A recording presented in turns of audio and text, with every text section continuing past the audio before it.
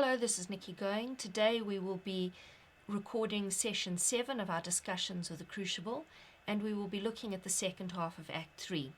As always, before you start, make sure that you have a very clear understanding of what happens. So I'll review the plot of Act 3 from the last session, which covered the first half. In the last session, we saw the power of the court. Before Mary Warren even got a chance to testify, she was thoroughly intimidated. Remember that those events all happened very shortly after the arrest of Martha Corey, Rebecca Nurse, and Elizabeth Proctor. We overheard Martha Corey being questioned at the start of the act. 3 depositions or sworn statements were presented.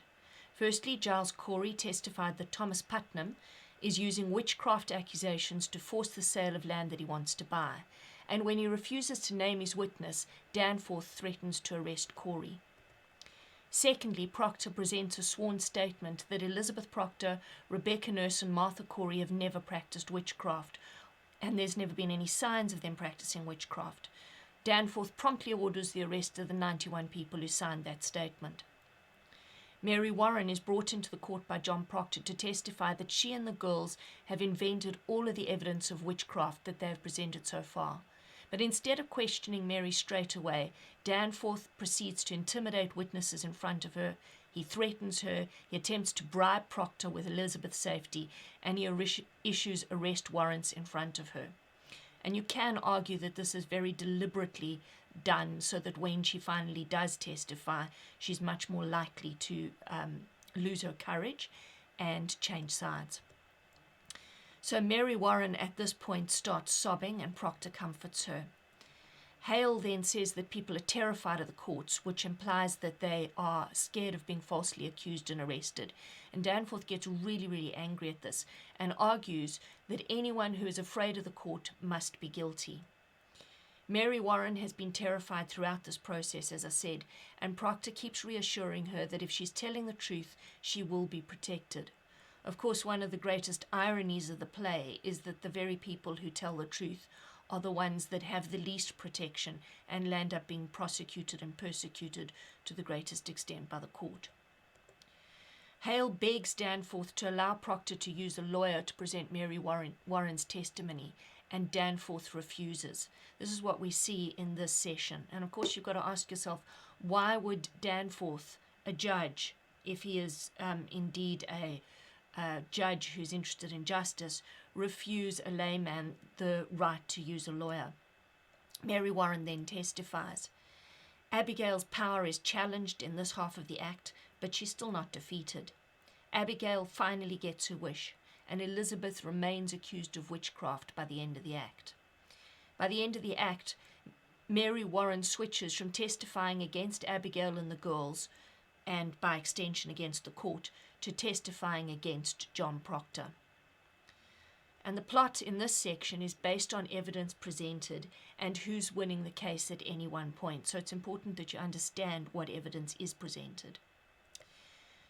So the evidence presented in this section that we'll deal with today is the poppet. First of all, we find out that we are reminded, that Abigail is using the fact that Elizabeth Proctor had a poppet in her house as evidence to accuse Elizabeth of witchcraft. In this section, Proctor denies that Elizabeth ever kept poppets, and Danforth promptly changes the subject. Look at how the court reacts to evidence that it doesn't approve of or that doesn't support its case. Abigail and the girls danced naked in the forest. The minute that the court hears this, Paris denies it, and again, Danforth changes the subject. Mary Warren testifies that the girls pretended to be possessed by evil spirits. She's told to pretend to be possessed again, but you can't do that in court. And so the court just concludes that Mary must be lying about the girls' pretense. Danforth then questions Abigail's honesty. Abigail gets really angry and implies that Danforth himself could be bewitched. And when she does this, Abigail realizes that she's gone too far. And so she and the girls resort to their usual tactic when they're under huge pressure. They pretend to be bewitched. And Danforth stops questioning Abigail. Proctor realizes that Abigail and the girls are distracting the court by pretending to be bewitched, and says that he and Abigail had an adulterous affair. Therefore, Abigail must be an unreliable witness. And Danforth at this point calls Elizabeth Proctor into court to testify.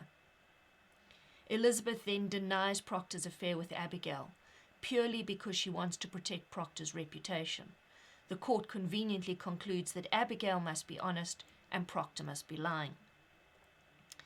Hale argues that Elizabeth's lie was a natural one. She lied purely to protect Proctor, and Abigail is still a liar. Abigail and the girls resort to their usual tactic when they're under pressure. They pretend that they're bewitched, and they pretend that Mary Warren is bewitching them. The court then ignores Hale and believes the girls. Because the court believes the girls, it then charges Mary Warren with witchcraft. Mary Warren realizes that she's going to get hanged, and she rapidly makes up her mind to change sides. She says that Proctor bewitched her, and the court then charges Proctor with witchcraft. So as we proceed through this act, there are a number of questions you need to ask yourself. As before, is the court actually seeking truth and justice? Surely that's the function of a court. But if the court isn't seeking truth and justice, what does it actually want to prove, and why does it want to prove this? How does the court react to evidence that it does not want to hear? Who has power in this scene? Why do they have it? Take note of how and when and why power shifts. And if you do read the play as a battle between the forces of evil and the forces of good, you need to ask yourself who wins as the act develops.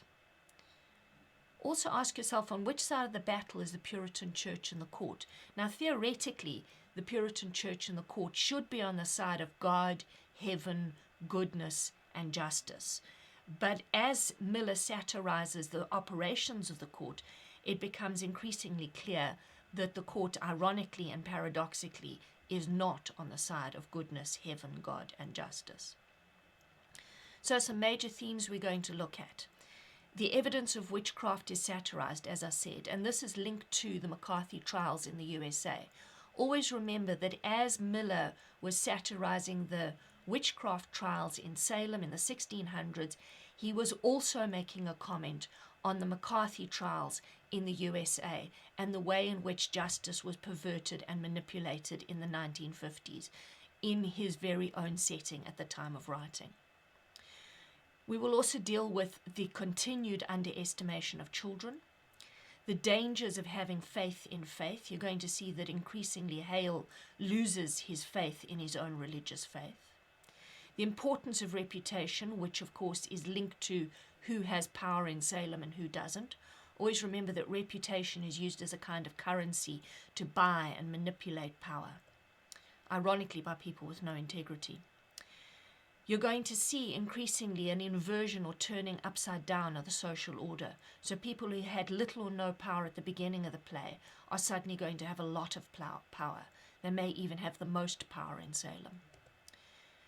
This is linked to a dualistic worldview, that strict division of the world into good and evil, heaven and hell, right and wrong, which of course made the people of Salem and the Salem court so open and vulnerable to manipulation.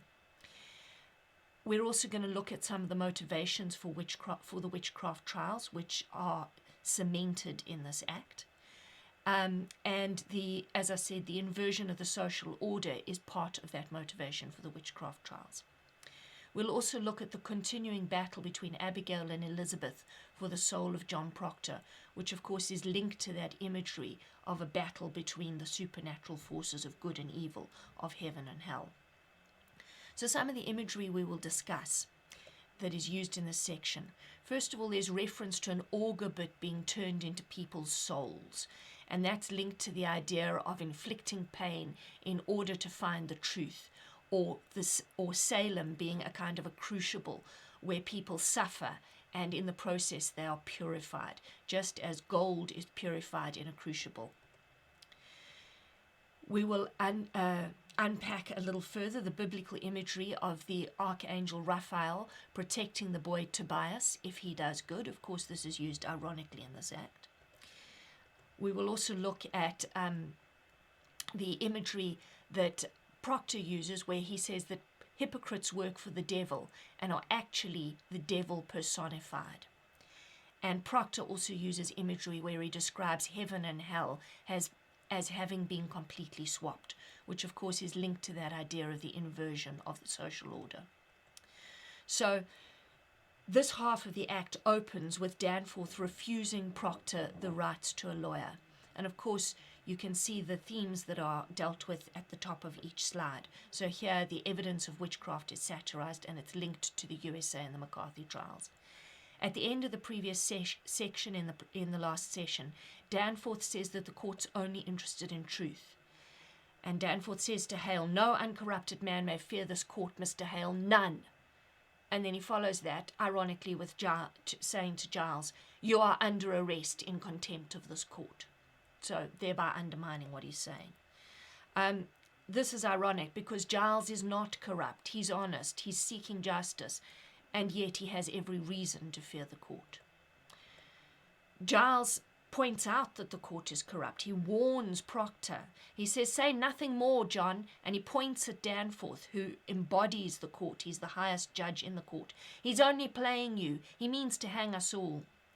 Danforth then goes on to prove the truth of this, because when Proctor outlines his evidence, Danforth refuses Hale's request that Proctor be allowed to present with the help of a lawyer. And one of the questions you need to ask yourself is Danforth just working out how he can defeat Proctor's testimony? And he knows that if Proctor doesn't have a lawyer, it's going to be that much easier to refute his testimony. So Proctor then outlines his evidence, and Danforth then knows what he's up against. Proctor says, "This is Mary Warren's deposition.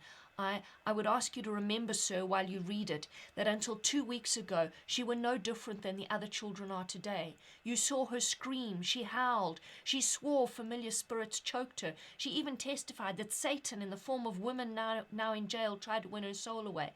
And then, when she refused," Danforth gets impatient. He says, "We know all this." And Proctor says, "Aye, sir. She swears now that she never saw Satan, nor any spirit, vague or clear, that Satan may have sent to hurt her. And she declares her friends are lying now." And you can imagine that this is a nightmare for Danforth, because up until now, he and the court have been convicting and hanging people using evidence that Mary Warren is now prepared to testify comes from liars. And Mary Warren is not only going to testify that she's been lying, she's willing to testify that all of the girls have been lying. And then to make things worse for Danforth, Hale supports Proctor and Hale. And of course, Hale is a minister, and he has a good reputation. So this is becoming even harder for Danforth to refute.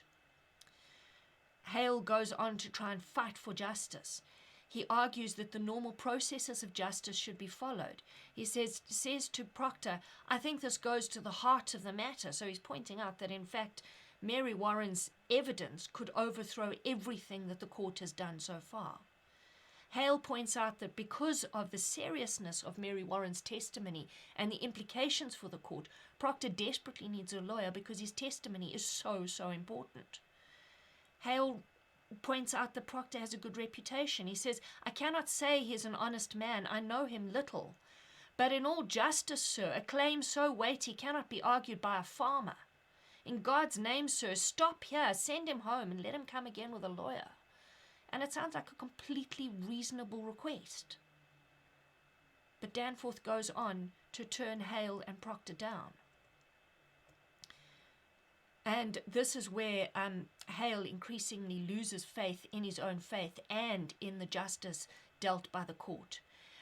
His doubts started in Act 2, but now he actually verbalizes them and makes them very clear. And he says, "Excellency, I have signed 72 death warrants.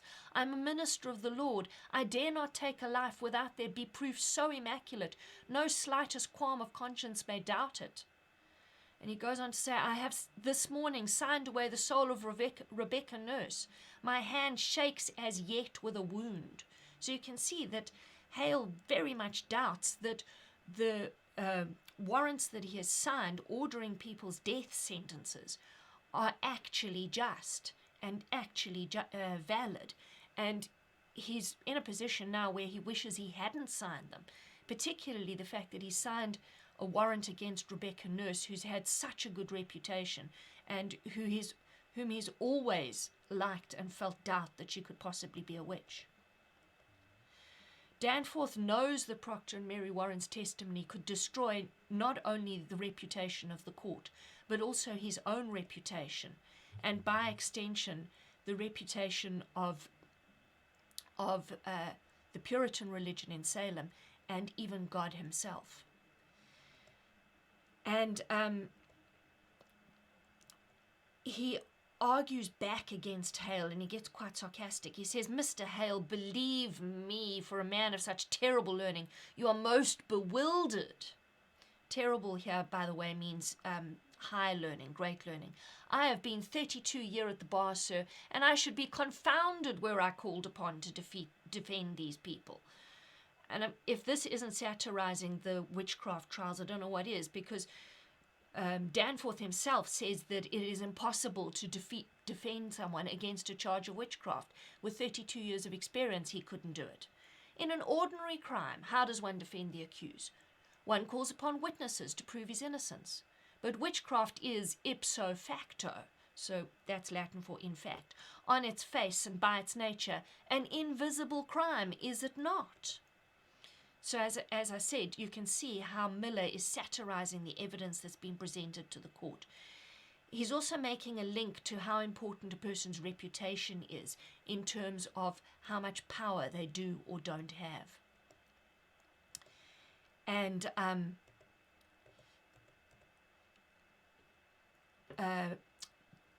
Danforth continues, "Therefore, who may possibly be witness to it? The witch and the victim, none other.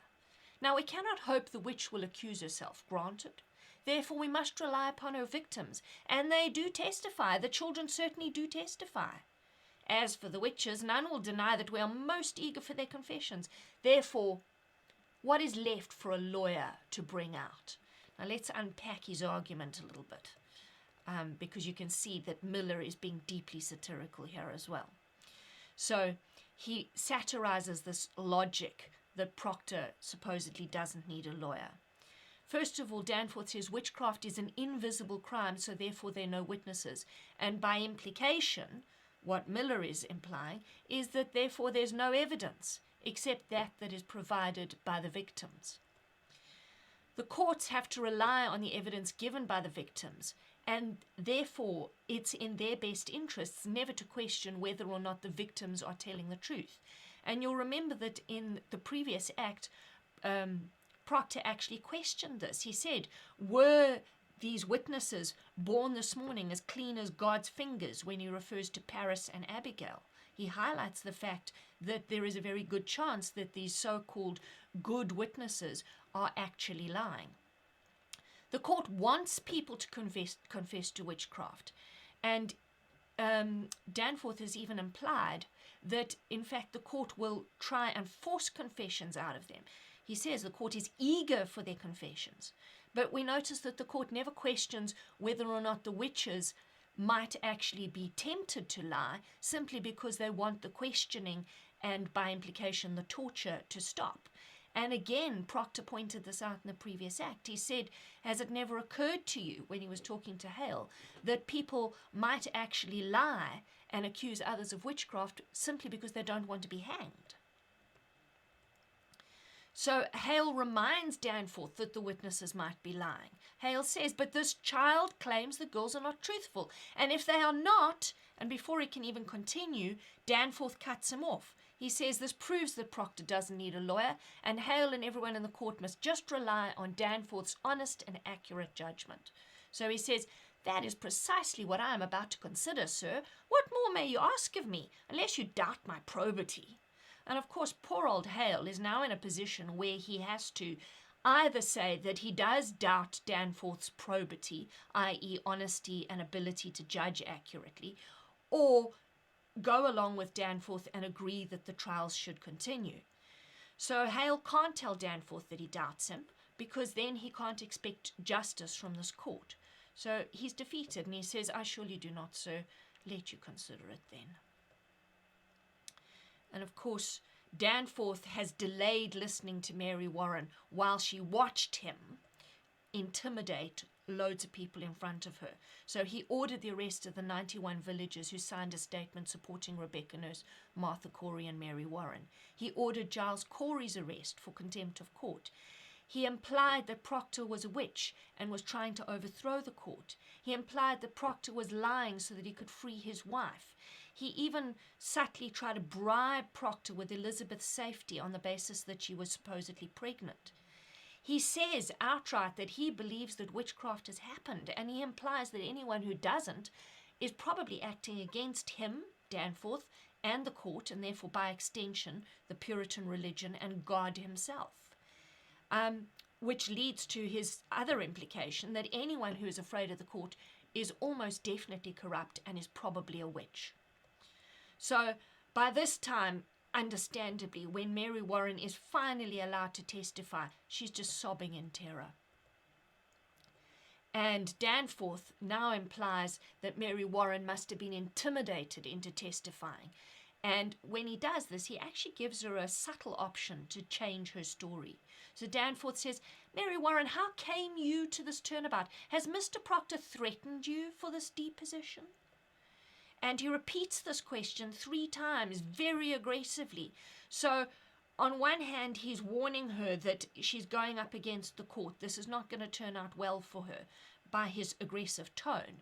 But he's also giving her a get-out clause, an option to escape. She can claim that Proctor simply intimidated her. And of course, this is what she's going to do at the end of the act. Then he warns her that she'll be punished no matter what she testifies. And again, he's implying that she's gone up against the court. She's not going to escape lightly. He says to her, then you tell me that you sat in my court callously lying when you knew that people would hang by your evidence. And of course she doesn't answer, and he bellows out, answer me! And of course he's using really emotive language to terrify her. He says to her, how were you instructed in your life? Do you not know that God damns all liars? And of course these people in Salem were so religious, they believed absolutely that if they lied, they were going to go to hell. Mary Warren is imagining facing an eternity of burning in the flames of hell. So she can't speak, and he bellows out, or is it now that you lie? And Mary stutters, no, sir, I am with God now. Notice that the court only goes after certain witnesses in this really aggressive way. It's only certain witnesses that the court accuses of lying. And it's always the witnesses that don't support the court's narrative and that is undermining the court's star witnesses, i.e. Abigail and the other girls. Notice the irony that when Mary says that she is with God, she then gets intimidated the most by Danforth. And Danforth says to her, I will tell you this, you are either lying now or you are lying in the court, and in either case you've committed perjury and you will go to jail for it. You cannot lightly say you lied, Mary. Do you know that? So just a quick definition of some terms. Emotive language, which is the kind of language Danforth was using, is language that is chosen and used very deliberately because it creates such a strong emotional reaction in the hearer or in the audience. And irony, as you will remember, is when the truth of a situation is the opposite of what is said or what appears to be true. So the intimidation of Mary Warren continues. And again, notice how the evidence of witchcraft is being satirized and how reputation is very much linked to who does and doesn't have power. So Danforth now uses his power to further intimidate Mary Warren. He brings the children in and he forces Mary Warren to testify in front of them, including in front of Abigail. And probably what's going through her head is Abigail's original statement in Act 1. I will bring you a pointy reckoning in the dark of some terrible night. I will bring you a pointy reckoning that will shudder you. She threatened to murder anyone who went up against her in Act 1.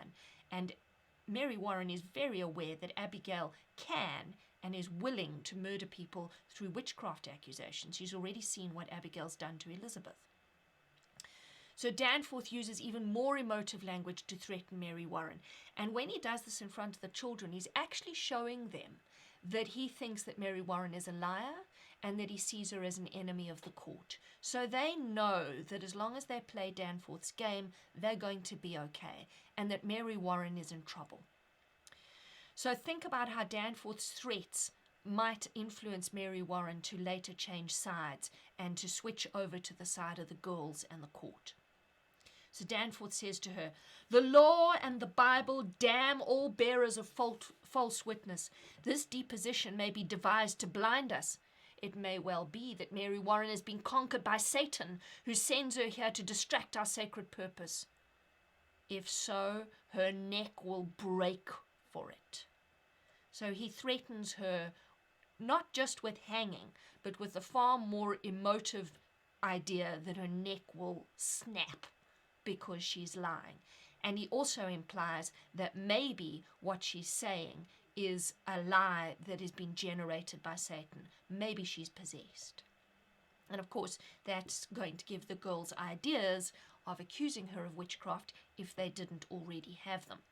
And of course, this is linked again to how a dualistic worldview, that splitting of the world into good and evil, into sides that are absolute, makes these people very vulnerable to the witchcraft accusations. Now compare Danforth's threats to Mary Warren to the punishment that he threatens the other girls with, which is mild in comparison.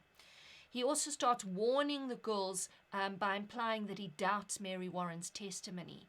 And he subtly splits the court into two sides, good, bad, for, against, i.e. Mary Warren, the proctors, the Coreys, the nurses, versus Danforth, Hathorne, Paris, the girls, and Abigail. So Danforth says, "If she speak true, I bid you now drop your guile and confess your pretense, for a quick confession will go easier with you." He sounds positively kind and cuddly by comparison to the way he's just been speaking to Mary Warren. Danforth doesn't try and intimidate Abigail. He doesn't imply anything negative about her character when he asks about Mary Warren's testimony, which you'll remember was that the girls have been pretending all along that they have been bewitched. And this is really a serious accusation, but look at how Danforth deals with it when he speaks to Abigail. He just says, "Is there any truth in this?" And Abigail gets away with, "No, sir." And Danforth thinks, and then he glances at Mary, then back at Abigail. And now he does have to, in order to appear honest and in order to appear just, also threaten the girls if they are not honest. But I would argue that his imagery is a lot less emotive and a lot less frightening. He says to them, "Children, a very augur bit will now be turned in your souls until your honesty is proved. Will either of you change your positions now, or do you force me to hard questioning?" So he's even admitting that at this point he's not really questioning them hard, because here he's talking to Abigail as well as Mary Warren. And Abigail simply says, "I have naught to change, sir. She lies." So if we just look at this imagery, an augur bit is a hand-operated drill. You can see a picture of it on the far left.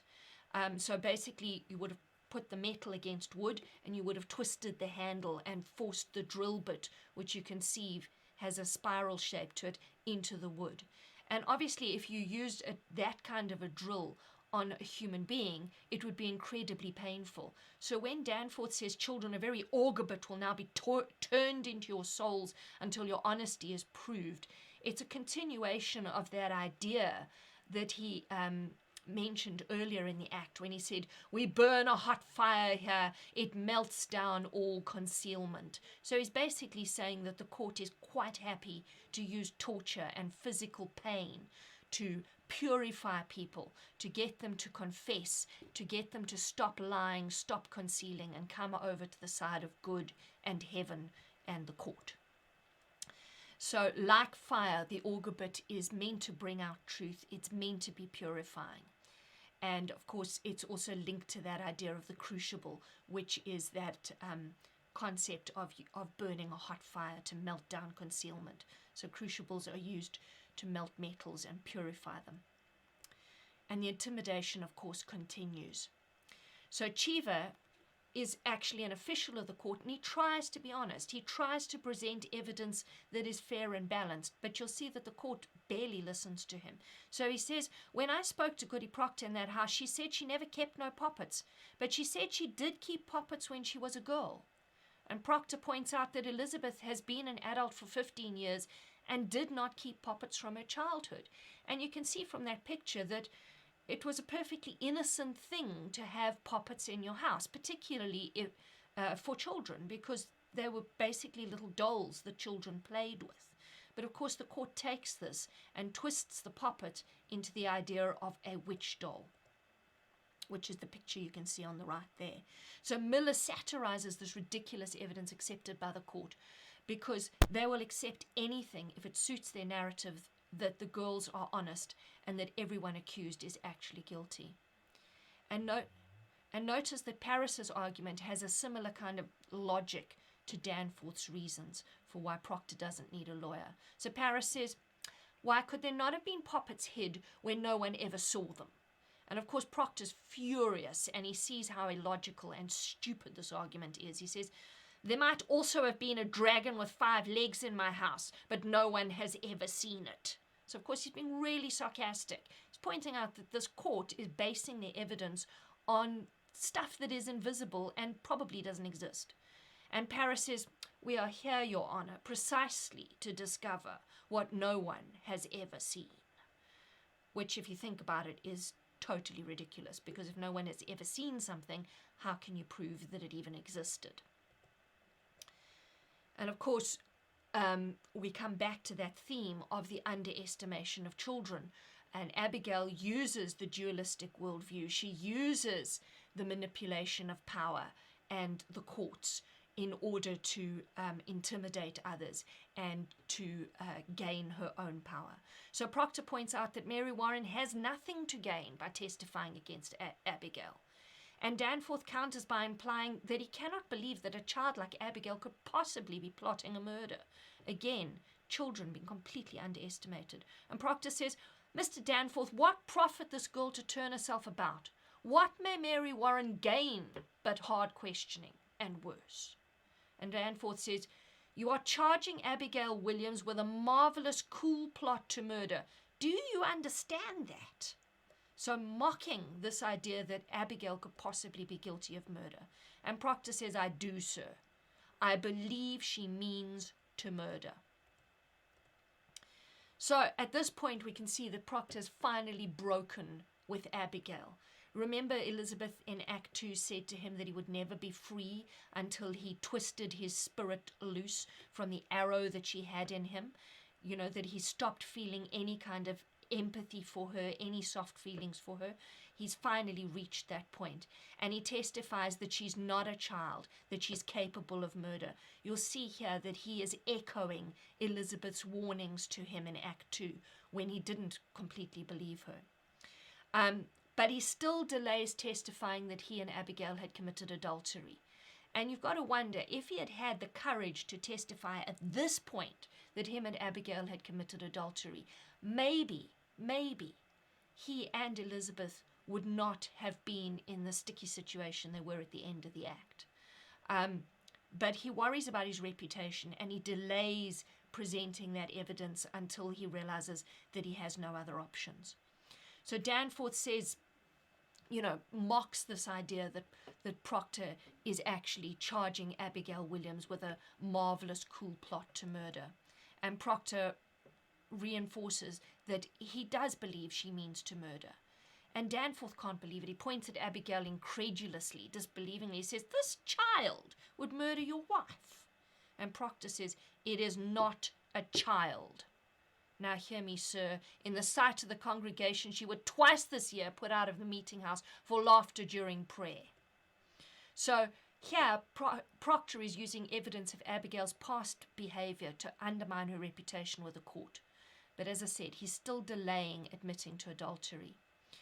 And note that Paris and the court officials were very happy to use this kind of evidence against people like Martha Corey. But when it comes to their star witness, i.e. Abigail, they're not so keen. So Proctor points out, as I said, that she has laughed during prayer. And then look at Paris's response. Excellency, she was under Tituba's power at the time, but she's solemn now. And Hathorne immediately says, surely it has no bearing on the question, sir. He charges contemplation of murder. But if you think about all the evidence that was used against the people that don't support the court, that really had no bearing on the question of witchcraft, this becomes a mockery of justice. Proctor also uses evidence that Abigail was possibly committing witchcraft herself before the witchcraft trials. Again, he's trying to undermine her reputation, but doesn't yet want to undermine his own. And although the testimony is against the girls, Paris immediately reacts as though it's against him and is an attempt to damage him and his reputation. And he lies because he sees himself as defending himself in his ministry. Remember in Act 1 when he spoke to Abigail about seeing the girls naked? And now he's going to deny it. And Abigail, throughout this, silently threatens and intimidates Mary Warren. And as I said, Mary Warren is probably remembering Abigail's threats from Act 1. So again, remember how much of the trials is a result of these men underestimating children. So Proctor says, Mary, now tell the governor how you danced in the woods. And Paris instantly responds, Excellency, since I come to Salem, this man is blackening my name. And notice how he's using the imagery of blackness, again making that link with hell and darkness and evil and something dirty. And Mary says, and she glances at Abigail, who is staring down at her remorselessly, i.e. without pity, and then appealing to Proctor, Mr. Proctor. She knows if she testifies against Abigail, she's doomed. And Proctor taking it right up. Abigail leads the girls to the woods, Your Honor, and they have danced there naked. And before Paris can object, he says, Mr. Paris discovered them himself in the dead of night. There's the child she is. And again, we come back to this idea that Abigail is not a child. Abigail is not innocent. Abigail is capable of murder. And Paris lies, flat out lies. I can only say, sir, that I never found any of them naked. Remember him saying to Abigail in Act 1, I thought I saw someone naked. I saw a dress on the grass. And Danforth continues to ignore what he very probably knows is the truth. Hale testifies that what Proctor is saying is true. So Danforth is forced to question Paris and Abigail. But you'll notice that he drops the subject as fast as he can. Abigail is not even forced to answer Danforth.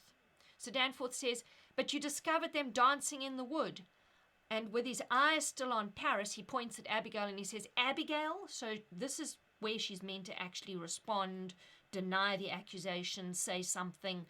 And Hale jumps in, unfortunately, and says, Excellency, when I first arrived from Beverly, Mr. Paris told me that. So now Paris can't deny this. Danforth has to admit it as evidence. And he says to Paris, do you deny it, Mr. Paris? And Paris has left no choice. He says, I do not, sir. But again he lies. But I never saw any of them naked. So at this point, Danforth is probably certain that Abigail is a liar, but he just ignores this new knowledge. Hathorne changes the subject before the court and its witnesses can be any further undermined. And he immediately starts interrogating Mary Warren. And he realizes that Danforth has been caught unawares. So he steps in to rescue him. So when Paris says, I never saw any of them naked, Danforth says, but she have danced. Paris very unwillingly says, aye, sir. And Danforth, as though with new eyes, looks at Abigail. You can see he knows she's lying. He's seeing her in a whole new light. And Hathorne rescues Danforth. He says, Excellency, will you permit me? And he points at Mary Warren. So this is all getting very uncomfortable. Let's focus on someone else. Let's focus on Mary Warren. And he starts interrogating Mary Warren about her statement that the girls had only been pretending to see spirits. He says, you say you never saw no spirits, Mary. Were never threatened or afflicted by any manifest of the devil or the devil's agents. And Hathorne goes on to describe the evidence that the girls had actually been possessed. So here he tells Mary Warren why he believes that her own behavior shows that she is actually lying when she says she was pretending. And he says, with a gleam of victory, and yet when people accused of witchery confronted you in court, you would faint, saying their spirits came out of their bodies and choked you. You did turn cold, did you not? I myself picked you up many times, and your skin were icy. Mr. Danforth, And Danforth says, I saw that many times. So again, they are emphasizing, we don't believe that you were not possessed. We don't believe that you were just acting. And Hathorne then goes on to tell Mary Warren that if she was pretending to faint in the past, she should be able to prove this by pretending to faint now in front of the court. Mary Warren, of course, can't pretend to faint, and so the court concludes that previously she was possessed, previously when she made her statements and her testimonies against the people that are currently accused of witchcraft, she was telling the truth, and now when she says that she was only pretending, she's lying. Of course, what they don't want to admit or even consider is that she probably can't pretend at this point because she's so terrified. Also, in the past, all of the girls were pretending and everyone seemed to believe them. So, of course, pretending became much, much easier. And this leads to the idea that previously Mary Warren was probably caught up by the mass hysteria of the girls in the court. And she was able to pretend partly because she actually more or less believed in the moment that she was possessed. So remember, just a quick definition, mass hysteria is when a group of people experience extreme anxiety or excitement, behave irrationally, and may sometimes all experience similar unexplained medical symptoms. And it basically happens because one person, usually a very powerful personality, acts in a certain way, and their behavior convinces everybody else that they feel the same, and they start mirroring that behavior without realizing that they are simply unconsciously copying one another. So Paris jumps in, he's all indignant, and he says, Your Excellency, this is a trick to blind the court. Again, there's this idea of good versus bad, heaven versus hell, the enemies of the court being against the court. And Mary says, it is not a trick. She stands, and you have to admire her courage because she must have the increasing sense of the danger to her. She says, I used to faint because I thought I saw spirits. And Danforth mocks her. He says, thought you saw them. And Mary says, but I did not, Your Honour. And Hathorne climbs in. How could you think you saw them unless you saw them? And Mary says, I cannot tell how, but I did. I heard the other girls screaming, and you, Your Honour, you seemed to believe them, and then the whole world cried, spirits, spirits, and I promise you, Mr. Danforth, I only thought I saw them, but I did not. Again, you can see that she senses that it was because of mass hysteria, although she wouldn't have used those words. It was because the other girls seemed to believe they were possessed and everyone else believed it, that she was previously able to pretend.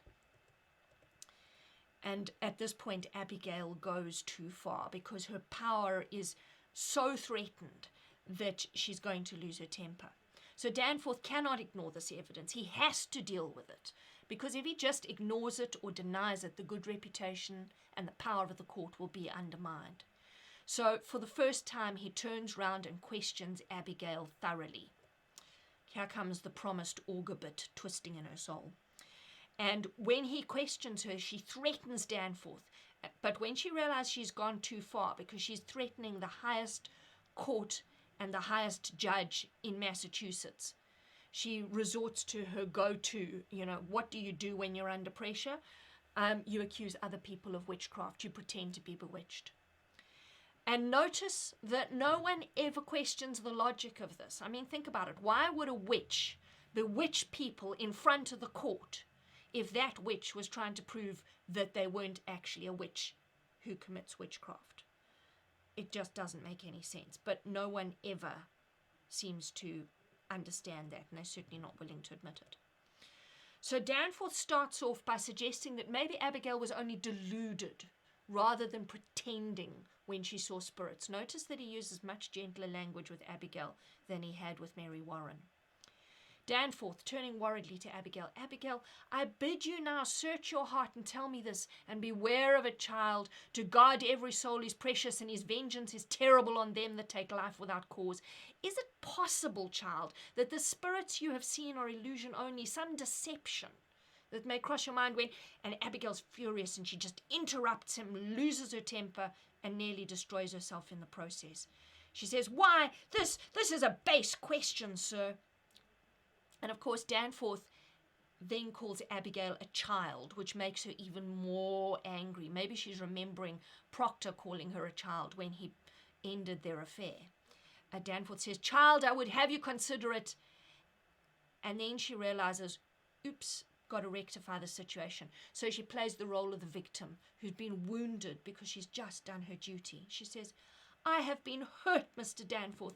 I have seen my blood running out. I have been near to murdered every day because I have done my duty pointing out the devil's people. And this is my reward? To be mistrusted, denied, questioned like a... And Danforth's bias is obvious. He doesn't verbally attack Abigail the way he had previously attacked Mary Warren. He weakens, he buckles, and he says, child, I do not mistrust you. And he's called her a child for a second time, and she really loses her temper. And this is when she reminds Danforth, I'm powerful. I could take you out as well. So she says in an open threat, let you beware, Mr. Danforth. Think you to be so mighty that the power of hell may not turn your wits. Beware of it. And she then realizes she's probably gone too far. She needs to back her threats with evidence of convincing witchcraft possession. So she realizes how close she is to being condemned by the court. And she immediately starts seeing witches and seeing signs of possession. She goes, there is, and suddenly from an accusatory attitude, her face turns, looking into the air above. It is truly frightened. She's probably truly frightened because she realizes she's made a big mistake. And Danforth is genuinely frightened. He says, what is it, child? And Abigail starts creating evidence that Mary Warren is bewitching her.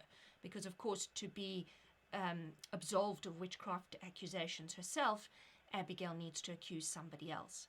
So Abigail, looking about in the air, clasping her arms as though cold, says, I know not, a cold wind has come. And her eyes fall on Mary Warren. And Mary Warren, you can see at this point, starts thinking about changing sides. She's terrified and she pleads, Abby! And Mercy starts shivering, Your Honor, I freeze! So you can see the other girls get in on the act and they start reinforcing Abigail's pretense. Notice how the power has shifted. The top of the power hierarchy, we now have Danforth and Abigail. Elizabeth, Martha, Rebecca, Hale, Proctor, Corey, and Nurse, who used to be right near the top, are almost at the bottom. They're almost on the same level as Tituba. And Sarah Good, Goody Osborne, and Bridget Bishop. And of course, Paris, the Putnams, Hathorne, and the girls still retain their power. But look at how Abigail has reached the pinnacle of her power. So Proctor knows that Abigail uses the pretense of witchcraft as a defense when charged by the court. And he knows or suspects that the girls are going to accuse Mary Warren of witchcraft. So when Mercy starts saying, Your Honor, I freeze, Proctor immediately says, they're pretending. And the girls continue to act until Danforth is convinced.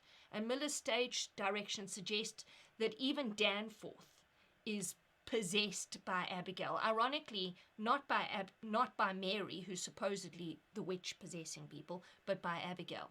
And of course, we know that the only person in this play who actually ever committed witchcraft for real was Abigail. So Danforth, himself engaged and entered by Abigail, says, Mary Warren, do you witch her? I say to you, do you send your spirit out?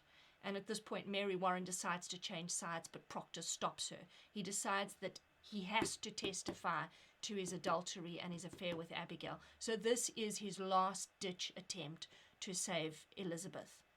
And it's his ultimate sacrifice. So with a hysterical cry, Mary Warren starts to run, and Proctor catches her. Mary's almost collapsing, and she says, Let me go, Mr. Proctor. I cannot. She cannot testify against Abigail. She knows it'll get her hanged. Proctor loses his temper. He physically attacks Abigail, and he confesses to the adultery. He predicts that Abigail is going to pretend to be bewitched to escape the accusations.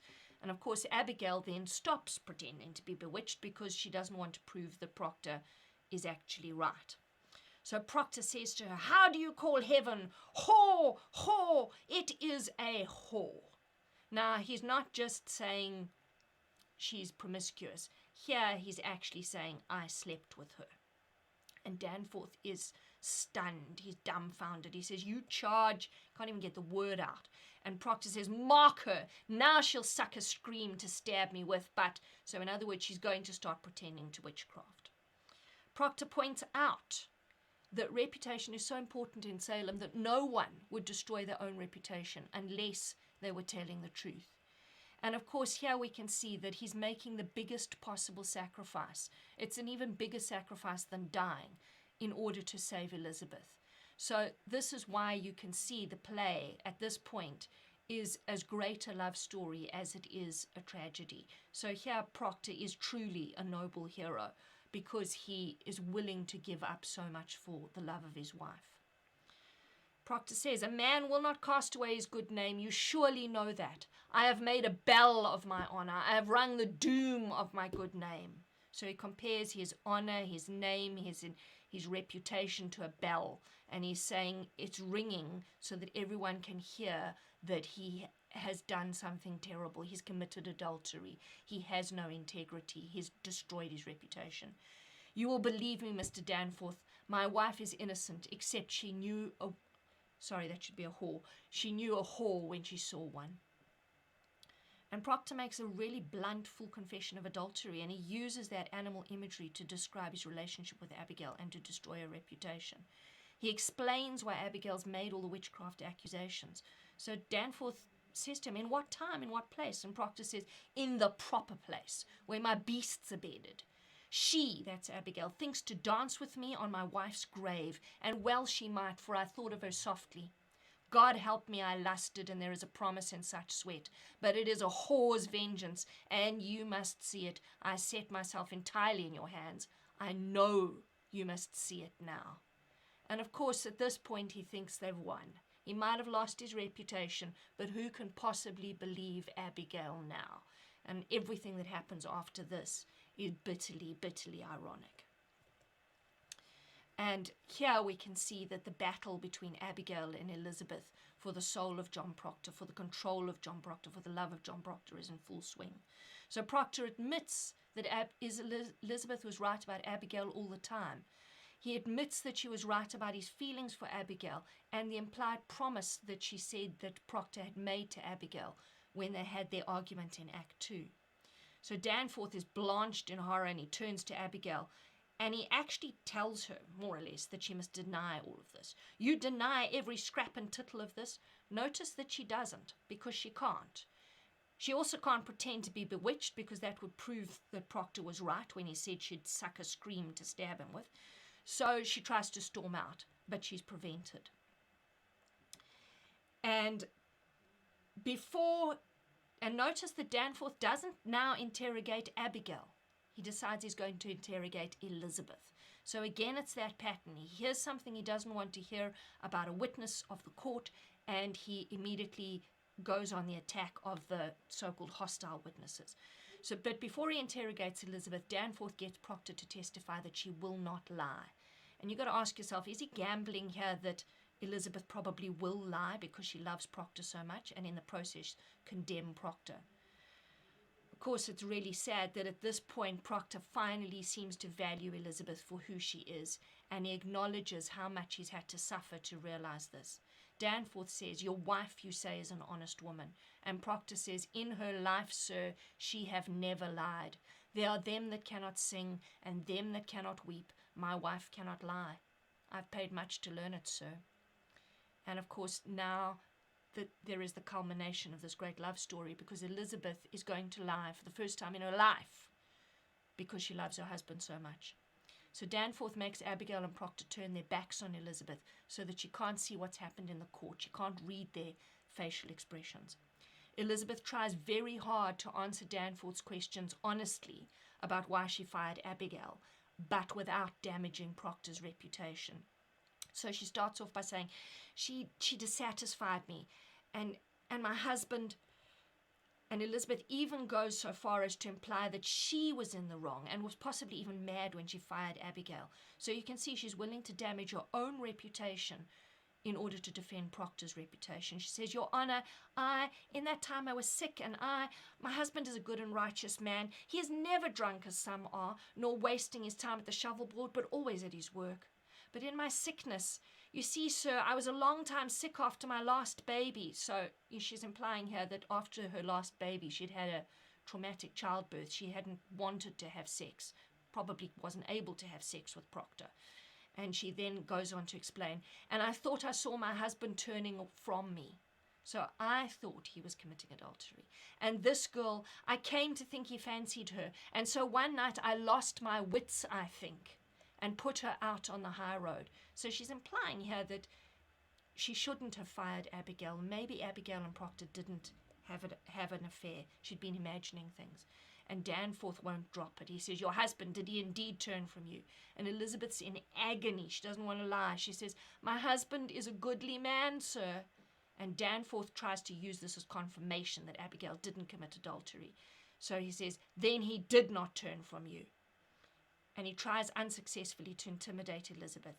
He reaches out and grabs her by the face. Think of what an aggressive gesture that is. And he says, Look at me. To your own knowledge, has John Proctor ever committed the crime of lechery? And in a crisis of indecision, she cannot speak. And finally, Elizabeth decides she's going to lie. As I said, it's the first time in her life. It's because she loves Proctor too much to damage his reputation. And when he says, Answer my question, is your husband a lecher? Elizabeth says to Danforth, No, sir. She tells the lie. Notice it's faint. There's no enthusiasm in this. She's heartbroken that she's had to lie. And Danforth says, Remove her, Marshal. So Danforth refuses to even consider the possibility that Elizabeth might have lied, even when he's given a convincing reason for why she might have done so. And Proctor's horrified. He says, Elizabeth, tell the truth. And Danforth says, No, she has spoken. Remove her. And Proctor cries out, Elizabeth, I have confessed it. And you can imagine her devastation. Not only has she lied, but in lying, she's condemned Proctor. And she says, Oh, God. And the door closes behind her.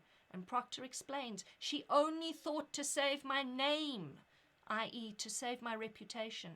Hale points out the court's wrong, that Abigail is accusing Elizabeth of witchcraft purely because she wants revenge. And Hale says, Excellency, it is a natural lie to tell.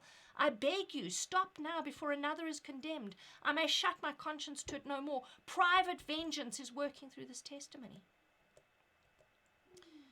And of course, Danforth will not hear it. Sorry, this is a duplicate slide.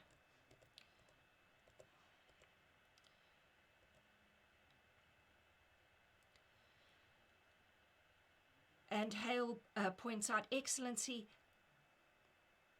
from the beginning, this man has struck me as true. By my oath to heaven, I believe him now, and I pray you call his wife back before we... And Danforth says she spoke nothing of lechery, and this man has lied. So Hale then sides with the Proctors and against Abigail in the court. And you can see that the division between the two sides has finally happened. Hale says, I believe him. And he points at Abigail. This girl has always struck me as false. She has, and of course, Proctor has been discredited by the court, and Abigail is back in a sticky situation. And as soon as her and the girls feel threatened, again they pretend to be bewitched. They pretend that Mary is bewitching them by sending out her spirit in the form of a yellow bird. Notice that Abigail also reminds the court of her beauty during her accusations of Mary. We can see how true Elizabeth's original comment on Abigail's vanity actually was. So Abigail says, Why? And she gulps, Why do you come, yellow bird? And she stares at the ceiling in a genuine conversation with the bird, as though trying to talk it out of attacking her. But God made my face. You cannot want to tear my face. Envy is a deadly sin, Mary. And Mary's terrified. She knows that Abigail is creating evidence that will be used to get her hanged as a witch. And Mary's on her feet, jumps to her feet and she's horrified. She's pleading, Abby. And notice that Abigail, who's supposedly bewitched, is very, very calm. Abigail, unperturbed, continues to the bird, Oh, Mary, this is a black art to change your shape. No, I cannot stop my mouth. It's God's work I do. And you can imagine the hypocrisy of this makes Proctor want to murder Abigail. And to give evidence that Mary's actually controlling him, the other girls copy everything that Mary says.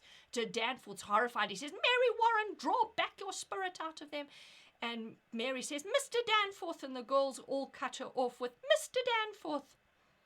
And Danforth then chooses to believe that the girls are possessed, although it's possible that he's so frightened by their behavior that he genuinely does believe it.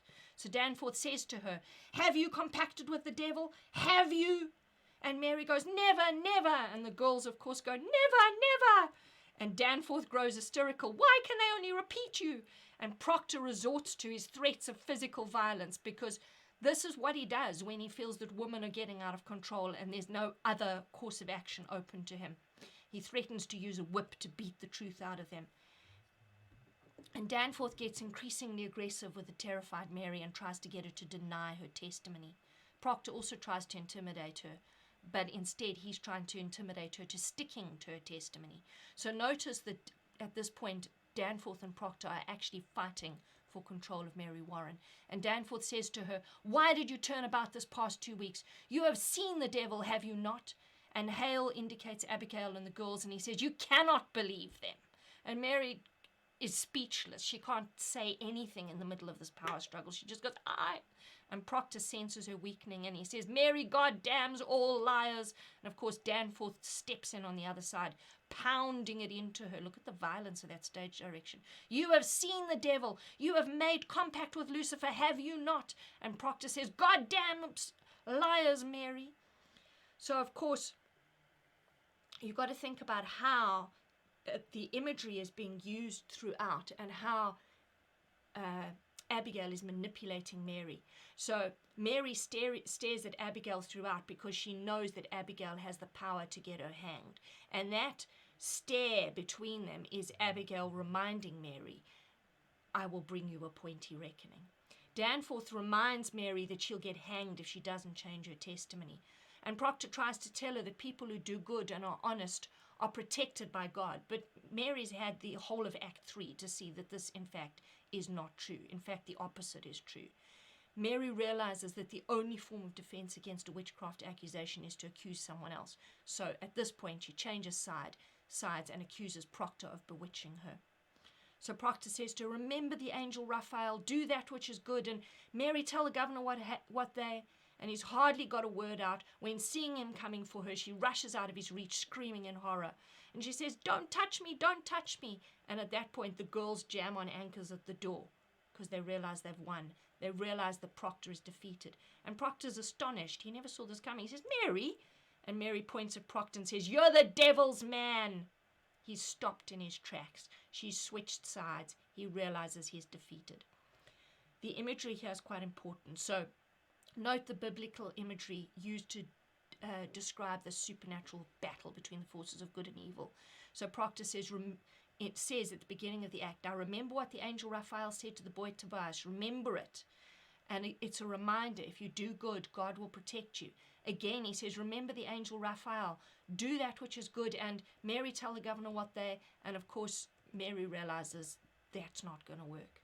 And Mary then adds details to her confession of how Proctor supposedly bewitched her. She says he made her do the devil's work. He made her sign her name in the devil's book. He made her work with him to overthrow the court. She says she loves God, which of course is deeply ironic because now she's on the side of evil, and that she will not cooperate with Proctor anymore. And Danforth formally accuses Proctor of witchcraft. You can imagine how relieved and happy Danforth is. And when Hale objects, Danforth tells him that he will no longer listen to him. So Hale says, Excellency, and Danforth says, I will have nothing from you, Mr. Hale. And he says to Proctor, will you confess yourself befouled with hell, or do you keep your black allegiance yet? What say you? And of course Proctor loses hope. He loses faith in his religious faith. and he commits the ultimate sin in Puritanism. He actually blasphemes. He says something that's completely against God and the Bible. So Proctor, his mind wild, breathless, says, I say, God is dead! You can imagine everyone in the court gasps in horror. And notice that Proctor has changed. Earlier he said, a man may think God sleeps, but God sees everything. He's constantly been reminding Mary Warren that God will look after those that do what is right. But here he's lost his faith in his faith. He says that God must be dead if he's doing nothing to defend the honest, good people of Salem. And of course, Paris is thrilled because the court can use this as evidence that Proctor is a witch. And he says, hear it, hear it. And Proctor tells Danforth that because he and Proctor are hypocrites who have been afraid to tell the truth, they've actually done the devil's work so well that they are in fact personifications of the devil. They are the devil's men. They will burn in hell for their sin. And of course, that's linked to the imagery of the crucible that purifies Salem. So Proctor laughs insanely and says, a fire is burning. I hear the boot of Lucifer. I see his filthy face, and it is my face and yours, Danforth. For them that quail to bring men out of ignorance as I have quailed, and as you quail now, when you know in all your black hearts that this be a fraud, God damns our kind especially, and we will burn together. And of course, this is again that supernatural imagery of a battle between heaven and hell. And note the associations between fire, dirt, here it's filth, and blackness and hell. And of course, Proctor and Corey are taken to the jail.